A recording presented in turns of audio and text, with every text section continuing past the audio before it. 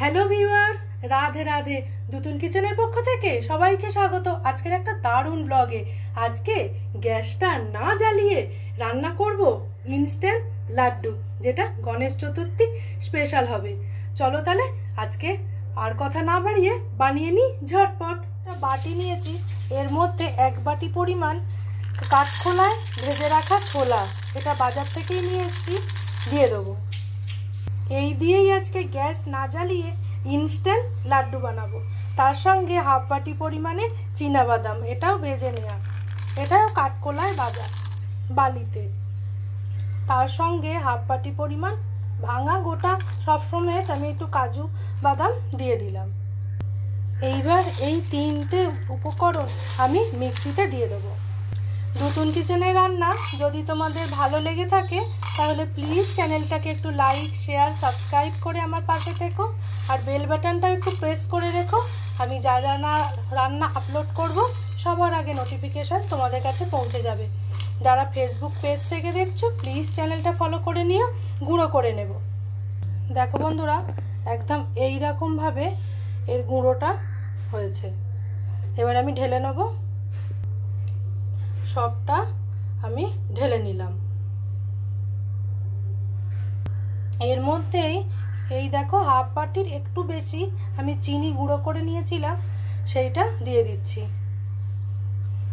তোমরা মিষ্টিটা তোমরা নিজেরা বুঝে দিও। এই গুঁড়োর মধ্যে আমি একটু জায়ফল গুঁড়ো করে দিয়ে দেবো। এইবার এই গুঁড়োটার মধ্যে আমি একটু ভালো করে আগে মিশিয়ে নেব। এবার মিক্সিতে গুঁড়ো করার জন্য একটু হালকা হালকা এটা গরমও আছে, একটুখানি মিশিয়ে আমি নিয়েছি। আমি একটা ছোট হাতায় ঘি গরম করতে দিয়েছি, সেইখান থেকে ঘি, এই দেখো গরম হয়ে যাওয়া ঘি আমি অল্প অল্প করে দেবো।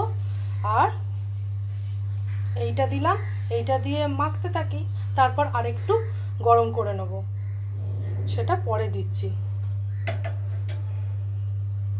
এবার খুব সুন্দর করে এই গরম গরম ঘিয়ের সাথে, মানে দেখো আবার হাত দেয়া যায় এই রকমই গরম, ঘিটা উষ্ণ রয়েছে, এই সময় আমি মেখে নেব। মানে ইনস্ট্যান্ট তোমরা এইভাবে লাড্ডু বানিয়ে ভগবানকে নিবেদন করতে পারো। আর সেটা পুজো হয়ে যাবার পর যে মুখে একটা দেবে না, ব্যাস, তারপর আমাকে কমেন্ট করে জানিও তোমাদের কেমন লাগলো। এইভাবে আমি একটু ময়াম দেব সব উপকরণ একসাথে। এবার ঘিটা ঠিকঠাক হয়েছে কি তখনই বুঝতে পারবে, হ্যাঁ ঠিকঠাক হয়েছে, আর দেওয়ার দরকার নেই, তাহলে আর আমি ঘি গরম করব না। এইতেই মনে হচ্ছে হয়ে যাবে। খুব সুন্দর করে একটু সময় নিয়ে এটা মিশিয়ে নিতে হবে। এর মধ্যে আমি একটু মিলন সিড দিয়ে দিলাম, তার সঙ্গে সামান্য একটু মিছরি, মুখে পড়লে ভালো লাগবে খেতে। চলো এবার শেপ দিয়ে নেবো লাড্ডু।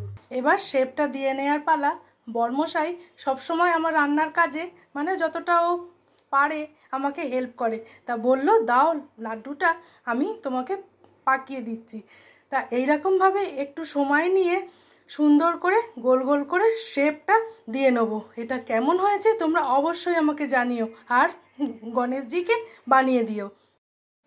গ্যাস না জ্বালিয়ে ইনস্ট্যান্ট লাড্ডু একদম রেডি। তাহলে বন্ধুরা আজকের ভিডিওটা এইখানেই শেষ করছি। তোমরা ভালো থেকো, সুস্থ থেকো, দুতুন কিচেনের পাশে থেকো। আজকের মতো টাটা।